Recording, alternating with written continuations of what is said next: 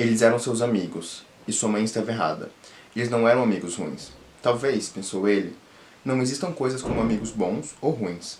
Talvez existam só amigos, pessoas que ficam ao seu lado quando você se machuca e que ajudam você a não se sentir muito sozinho. Talvez valha a pena sentir medo por eles, sentir esperança por eles e viver por eles. Talvez valha a pena morrer por eles também, se chegar a isso. Não amigos bons, não amigos ruins. Só pessoas com quem você quer e precisa estar, pessoas que constroem casas no seu coração. Oi gente, tudo bem? Meu nome é Alexandre e hoje a gente vai conversar sobre o It, do Stephen King. Bom, eu sei que faz bastante tempo que eu não apareço por aqui, mas é que eu fico bem ocupado com faculdade, coisas e tal. Mas agora, com o período de quarentena, eu tenho bastante tempo livre, então eu decidi voltar a fazer vídeos pro canal. O It é um dos livros mais conhecidos do Stephen King. Eu acabei lendo por causa do filme, eu vi os dois filmes antes de ler o livro e me deu bastante vontade então de conhecer mais sobre a história, por isso que eu decidi ler. O Stephen King ele nasceu em 1947 em Maine, né? Ele foi abandonado pelo pai quando ele tinha só 2 anos, então ele viveu apenas com a mãe e com as irmãs. Ele escreveu desde muito novo, né? Ele gostava muito de ler história de terror e ele escrevia bastante. Ele escrevia para o jornal da escola, ele escrevia para fanzines, ele escrevia para amigos. Mas o primeiro livro dele foi publicado só em 1974, que foi Carrie a Estranha, né? Que é um livro também bastante conhecido, tem 2 filmes já de adaptação. E desde que ele escreveu esse primeiro livro, em 74, ele não parou de escrever, tipo, literalmente. O último livro dele publicado foi ano passado, em 2019. Ele tem 72 anos, ele já escreveu, assim, mais de 70 livros, coleções, romances, enfim, várias coisas. Então ele realmente é uma máquina de escrita, ele não para de escrever nunca. O It, ele começou a escrever em 81, terminou de escrever em 85, né, levou 4 anos, e foi publicado em 86. Existem várias épocas da vida do Stephen King que são bastante sombrias, a gente sabe que ele tinha um problema com as drogas bem grande, inclusive tem livros que ele fala que ele não lembra nem ter escrito justamente porque ele passava assim, muito tempo drogado mesmo, enfim, sob esses efeitos entorpecentes, mas isso não impede que esse livro e todos os outros livros dele sejam incríveis, né? Não é o primeiro livro que eu leio dele, eu já li o Iluminado, mas eu pessoalmente acho o It muito mais legal. Então, o It vai contar pra gente a história de Derry. Derry é uma cidade fictícia no Maine, inclusive o Stephen King nasceu no Maine, né, então as histórias dele, muitos deles se passam lá. E Derry é uma cidade que não é a única do It, existem outros livros do Stephen King que também citam essa cidade. E Derry é uma cidade muito estranha. Várias coisas acontecem lá que não tem nenhum motivo aparente. Então, por exemplo, em 1700 e pouco, mais de 300 pessoas da cidade sumiram sem deixar nenhum tipo de vestígio e isso nunca foi investigado. Existe outra situação aqui que existiu uma explosão de uma fábrica que matou várias pessoas também, incluindo várias crianças, e essa explosão também nunca foi muito bem explicado o motivo. Além disso também teve inundações, enfim, vários outros acontecimentos bastante estranhos que ninguém se importa muito em explicar. O livro ele fala várias vezes aqui que quando essas coisas acontecem em cidades pequenas, ninguém se importa muito. E esse ar de mistério vai acompanhando Derry o livro inteiro. E existe uma coisa que vive em Derry. Na verdade, essa coisa ela dorme e acorda. A cada 27 anos, então, ela acorda. E cada vez que ela acorda, acontece algum tipo de catástrofe. Seja então a explosão dessa fábrica, seja o desaparecimento dessas pessoas, seja a morte de crianças aleatórias. Sempre que essa coisa acorda, a cada 27 anos, existe alguma coisa estranha por trás. E sempre quando eles vão investigar mais sobre esse acontecimento, então, por exemplo, eles vão ver a foto dessa explosão, e daí no cantinho da foto aparece a imagem dessa coisa. Então essa coisa está sempre por trás dessa cidade. E a gente não sabe se a cidade era sempre estranha e por isso ela atraiu a coisa, ou se a coisa se instalou nessa cidade e por isso essa cidade ficou tão estranha. A gente não sabe muito bem isso, mas a gente sabe que Derry é uma cidade muito bizarra, acontecem várias coisas estranhas e ninguém explica direito o porquê. Isso é retomado no livro em vários momentos pelo autor, tá? A coisa, na verdade, ela não tem uma forma que o olho humano consiga ver. Essa coisa em geral ataca crianças e na maioria das vezes ela se apresenta como forma de palhaço. Esse aqui não é um livro sobre palhaços, tá? Que isso fique bem claro.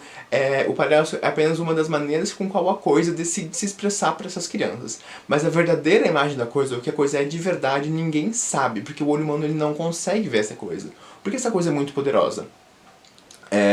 No final do vídeo eu vou explicar da onde vem a coisa. Eu não vou falar agora porque pode ser um spoiler, mas se você não se importa eu vou comentar sobre isso no final do vídeo, porque é bastante peculiar, digamos assim, a origem dessa coisa. Bom, uma coisa que eu vou dizer antes de contar exatamente a história dos personagens é que esse livro ele é totalmente fora de ordem, então ele não segue a ordem cronológica, né? Existem duas grandes linhas temporais que são narradas no livro, 1958 e 1985. Se você reparou, eles têm exatamente 27 anos de diferença, que é o tempo que essa coisa fica dormindo. O que acontece é que existem crianças em 1958 que têm um embate com a coisa, e em 1985, quando essas crianças já são mais velhas, elas voltam a ter um embate com a coisa. Só que, se você vê o filme, você sabe que no filme ele conta primeiro a história das crianças pequenas e depois delas adultas. No livro isso não é assim. A história é bastante picotada, então ela alterna entre essas crianças, entre os adultos, e vai colocando no meio também outros pontos de vista de outros personagens, e histórias também do passado, então dessas antigas aparições da coisa nos anos mais anteriores. Isso pode parecer cansativo, mas na verdade isso torna a leitura incrível. Uma das coisas favoritas para mim no livro é a dinâmica com que o Stephen King consegue narrar esse livro, porque você pensa assim que talvez isso se torne cansativo com o decorrer da leitura, mas na verdade não. O Stephen King consegue deixar isso bastante dinâmico e consegue manter a adrenalina até o final do livro. Isso, assim, é um mérito gigantesco. E eu entendo porque no filme eles decidiram não fazer assim, porque seria bastante complexo, né? Ficar picotando a história, então por isso eles decidiram fazer em ordem cronológica. E aqui eu vou contar pra vocês também a história em ordem cronológica pra poder facilitar, tá bom? Esse livro vai contar a história pra gente de 7 crianças. 7 crianças bastante específicas, porque elas têm algum tipo de característica que fazem com que elas sejam excluídas. Então a gente tem ali o gordo, a gente tem o negro, tem a garota, tem o gago, tem o míope, tem o judeu, e tem o hipocondríaco também. Essas crianças, justamente por elas terem essas características que acabam as excluindo dos outros grupos, elas ficam amigas uma das outras, e elas constroem então uma amizade bastante grande. É muito importante falar que uma dessas crianças, que é o Bill, teve um irmão que foi morto recentemente, que é o George. O primeiro capítulo do livro, na verdade, narra pra gente essa morte, que esse George, que é o irmão do Bill, ele constrói ali o barquinho de papel, vai brincar com o barquinho durante a chuva que tá tendo, esse barquinho cai no bueiro, e quando ele vai no bueiro ver, né, onde que tava esse barquinho, aparece aquele palhaço bizarro para ele, que é uma das cenas mais clássicas, tanto do filme quanto do livro, né. A primeira cena do primeiro filme é essa do barquinho. E o Bill, então, ele conta que ele tava vendo, depois que essa morte aconteceu, ele tava vendo essas fotos do George, e a foto começa a sangrar. E ele fica muito assustado com isso e vai contar pros amigos dele. E todos os amigos, então, contam que eles tiveram também uma experiência meio bizarra, assim, vendo aparições, vendo umas coisas que eles não conseguem explicar direito. Todas elas seguidas, é claro, por um medo bem grande. Então eles descobrem que cada uma dessas crianças teve um tipo de contato com a coisa. E aqui é bastante importante falar que o contato com a coisa que as crianças têm no livro é totalmente diferente do contato com a coisa que elas têm no filme. Então, as aparições são diferentes, a forma com que a coisa aparece pra elas é bastante diferente, porque a coisa acaba se aparecendo justamente no maior medo dessas pessoas. Então o Ben, por exemplo, que é gordinho, ele morre de medo de múmia, então a coisa aparece pra ele no formato de múmias. O Mike, que é o negro, no filme fala que os pais do Mike morreram num incêndio, né? Mas, se dá a entender pelo menos, mas aqui não é verdade, isso no livro, o Mike ele tem muito medo de pássaros, então essa coisa aparece pra ele no formato de pássaros. E o Ed, que é hipocondríaco, a coisa aparece pra ele no formato do leproso. Enfim, isso vai se alternando com o decorrer do livro. E é bastante interessante ver, então, como cada uma dessas crianças vai reagir à coisa. Então essas crianças começam a estudar sobre a coisa, começam a ler sobre isso, veem que essa coisa é realmente recorrente, que ela vem a cada 27 anos. Eles participam ali de um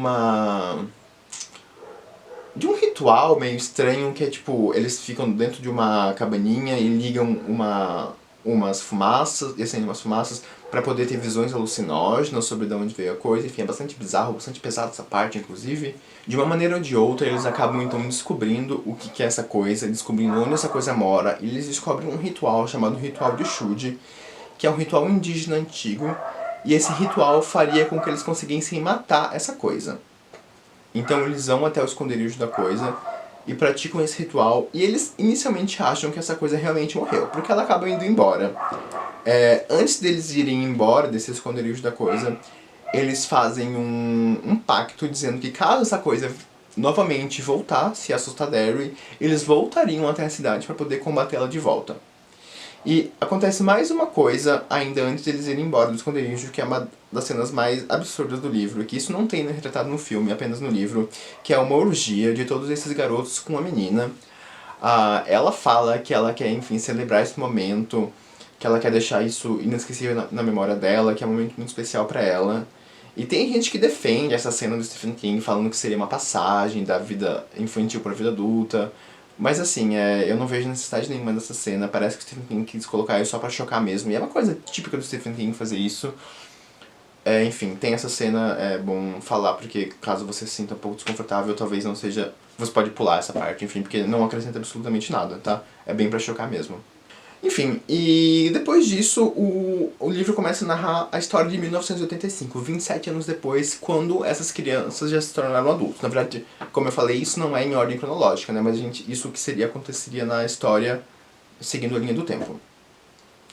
Cada uma dessas crianças, agora adultos, foram morar em algum canto dos Estados Unidos. Então eles estão trabalhando, eles estão casados, têm vidas formadas. E o Mike, que é o garoto que ficou na cidade, ele liga pra todos eles e fala assim: gente, vocês lembram daquela promessa que a gente fez? Então, aí vocês precisam voltar pra Derry imediatamente, porque isso está acontecendo de novo. E o que é muito curioso é que nenhuma desses adultos se lembra do que aconteceu exatamente. Eles lembram que fizeram uma promessa, mas eles não lembram exatamente o que aconteceu. Só que eles sabem, quando o Mike liga pra eles, eles sentem um medo muito intenso, né? Porque sempre que eles encontravam uma coisa, o que eles mais sentiam era medo, né? Então eles sentem um medo muito intenso. Um medo tão intenso a ponto de fazer uma desses adultos se matar porque ele tem medo de voltar pra cidade. Então ele prefere acabar com a própria vida do que enfrentar novamente essa coisa. Tá? Isso não é um spoiler, porque na verdade isso acontece logo no começo do livro. Eu falei pra vocês que o livro não é ordem cronológica, já falei isso várias vezes, e os primeiros capítulos do livro, na verdade, começam com os adultos recebendo o telefonema do Mike. Então isso ali, nas primeiras 50 páginas, a gente já fica sabendo que esse adulto se matou. Enfim, e apesar de eles não lembrarem exatamente o que aconteceu, não lembrarem do que se trata essa promessa, eles param absolutamente tudo o que eles estão fazendo e voltam pra Derry, assim, tudo mesmo. Então, isso reforça o quanto essa promessa foi especial pra eles, né? Mesmo eles não se lembrando. Quando eles voltam pra Derry, então, eles se encontram com o Mike, que é essa pessoa que ficou lá, e nenhum deles se lembra do que aconteceu. Então, o Mike ele tem uma ideia de cada um andar sozinho pela cidade pra tentar ver se essas lembranças vêm à mente. E isso é uma coisa que a gente perde quando a gente vê o filme. E no livro isso é tão especial porque a gente vai descobrindo junto com os personagens o que foi acontecendo. Porque como eu falei, eles não se lembram. Então enquanto os personagens vão andando, eles vão se lembrando de coisas quando eram crianças, e o Stephen King vai narrando esses acontecimentos de crianças pra gente. Então assim, a experiência de leitura desse livro é tipo fantástica mesmo. Porque a gente vai descobrindo junto com eles tudo o que aconteceu em 1958, justamente porque o Stephen King ele alterna muito entre as duas linhas temporais. Assim, é brilhante e é o que deixa esse livro assim tão especial no meu ponto de vista. Enquanto adulto, todos eles também têm um novo tipo de encontro com a coisa. Também é diferente do que tem no filme, no segundo filme no caso, que narra eles como adultos. E pra mim, a melhor cena do livro de encontros é quando a Beverly, que é a garota, ela volta ao apartamento que ela morava quando era criança, e a coisa assume a forma de uma bruxa pra ela, e assim, é uma das cenas mais legais do livro, mais amedrontadoras no meu ponto de vista. Foi com certeza a cena que eu mais gostei de ler. E devagarzinho, então, eles se lembram de como que eles derrotaram a coisa, eles se lembram de onde a coisa morava, então eles voltam até lá embaixo.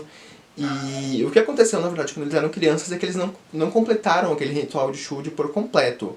Então a coisa ela conseguiu sobreviver, e por isso que ela voltou depois de 27 anos. Então eles voltam ao esconderijo da coisa e fazem esse ritual completo. E quando eles terminam esse ritual, eles veem que na verdade houveram várias consequências, eles conseguem matar a coisa, então a coisa realmente vai embora, ela é morta pelo ritual, só que não sem consequências. Tá, houve uma catástrofe, teve várias pessoas que acabaram morrendo por causa disso. Eu não vou explicar exatamente como que isso aconteceu, mas assim, não foi uma coisa tranquila de ser feita. E uma coisa também legal de falar é que a gente só descobre como as crianças mataram a coisa em 58 no final do livro. Porque, como eu falei, a linha do tempo ela não é cronológica, né? Então, a gente só descobre como esse ritual é feito, na verdade, no final do livro. Enquanto os adultos estão matando a coisa em 85, que eles vão se lembrando de como eles fizeram isso em 58, e o Stephen King vai narrando isso pra gente. Então, na verdade, é só nas últimas páginas do livro que a gente descobre exatamente como que isso foi feito.